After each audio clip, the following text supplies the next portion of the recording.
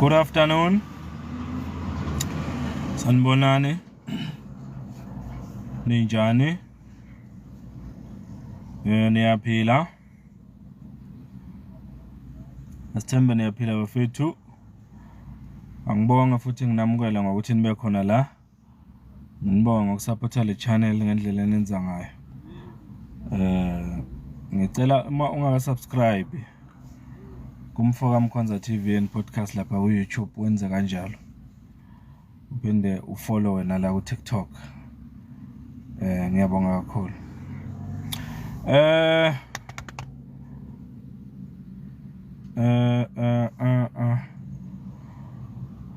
Okay. Right. Bafowethu.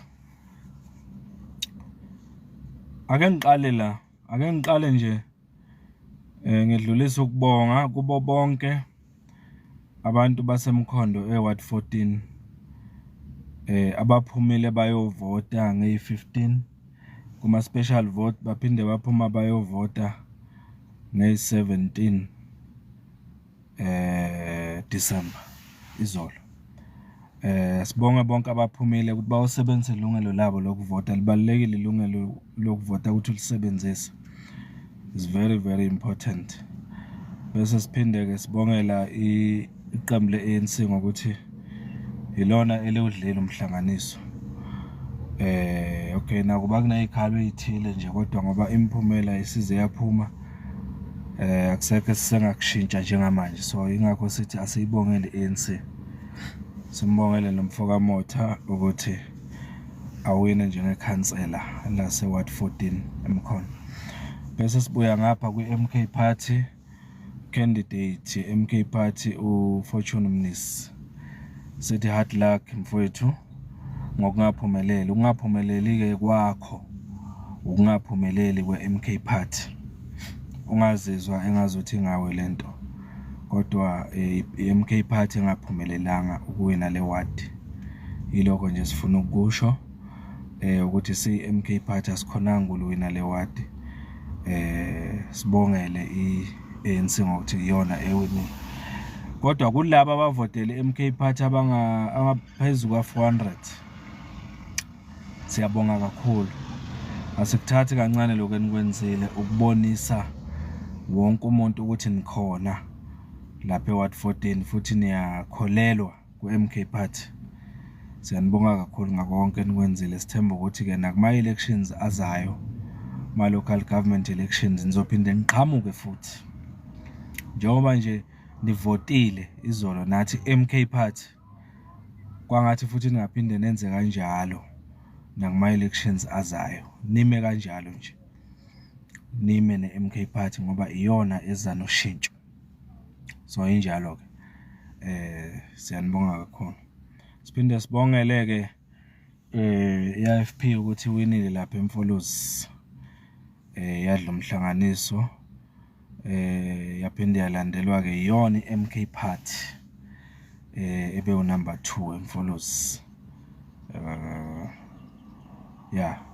Kwase kulandela i-ANC. Siyabonga kubo bonke abantu abaphumile lapha eMfolozi bayovotela i-MK Party. Sithi nenza umsebenzi omkhulu. Into enkulu ku-MK Party ukuthi abantu baphumile bayoyivotela. Ikona okubaluleke kakhulu lokho ku-MK Party. Kulo 2 years ebese ucelebrate nje kuthanga si-MK Party. Singasho sithi kuyi-achievement enkulu kithi ukuthi sikhona ukuthi endaweni ezifana noMfolozi sibe unumber 2. Sehlule abantu okudala bekhona bengama-political party. Okusho ukuthi MK Party ifikile, MK Party abantu bayinothisa futhi bayakholelwa kuyo. So siyanibonga kakhulu ke abantu baseMfolozi ngokuthi ni support MK Party ngale ndlela enenze ngayo noma singaluwinanga lela ward kodwa i-support yenu siyayazisa kakhulu. Yilokho ke engifuna nje ukuqala ngakho ngikusho la. Ukuthi ngiyabonga kulama by-elections amabili abekhona kule viki ngalo lesithathu.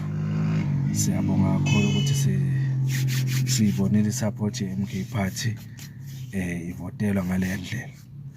So iloko ngithanda ukudlulisa la.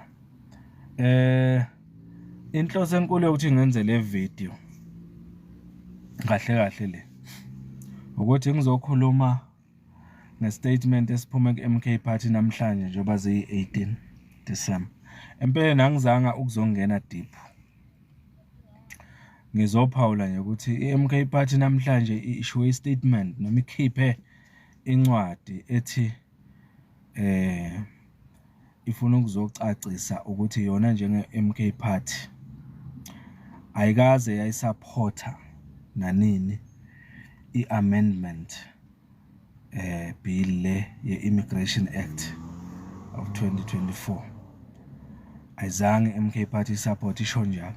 So ngifuna ukungena ke kahle kuma details kule ndaba le ukuthi isho ukuthini MK Party uma ithi ayizange i-support le bill ye-amendment ye-Immigration Act.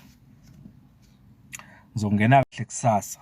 Ngithi angizo introduce nje lolu daba namhlanje bese ngiyachaza ukuthi kusasa njengoba kuLwesihlanu ngizoba live. Ngizosho kusasa ekseni ukuthi ngizoba live ngobani. Kodwa kusasa ngizobe ngikhuluma ngokuthi imephi i-MK Party. Ime kuphi i-MK Party nge-Immigration Act eamendiwe njengamanje. In short, ngizocacisa ukuthi imephi i-MK Party ngodaba oluthinta abantu ababuya ngaphandle kweSouth Africa. Laba osekujwayelekile eSouth Africa ukuthi babizwe ngama-foreigners, abanye babizwe ngama-illegal foreigners. Ungahamba njengamanje ubheke le ncwadi ekhishwe i-MK Party uzwe ukuthi ithini.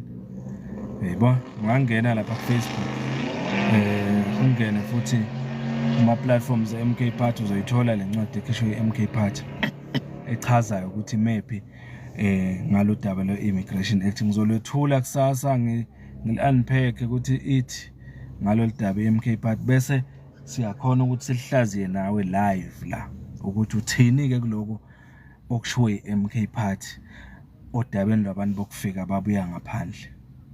Kubaluleke kakhulu ke lolu daba ikakhulukazi eSouth Africa njengamanje ngoba sibona kunjena nje kunempikiswano engaka ngabantu ababuya ngaphandle kweSouth Africa, kune-debate engaka ngabantu ababuya ngaphandle kweSouth Africa. Kubalulekile ukuthi MK Party kucace ukuthi MK Party imephi ngalolu daba, icace ukuthi ithini ngalolu daba, ime kuphi kahle ngalolu daba oluthinta umthetho ophathelene nokuthi uma ungumuntu wokufika noma ubuya ngaphandle kweSouth Africa yini elindeleke kuwe noma yini okufanele uyazi ngomthetho waseSouth Africa. Yilolo daba engizoli-addressa kahle kusasa lo. Uhlala ulindile ucuphile la.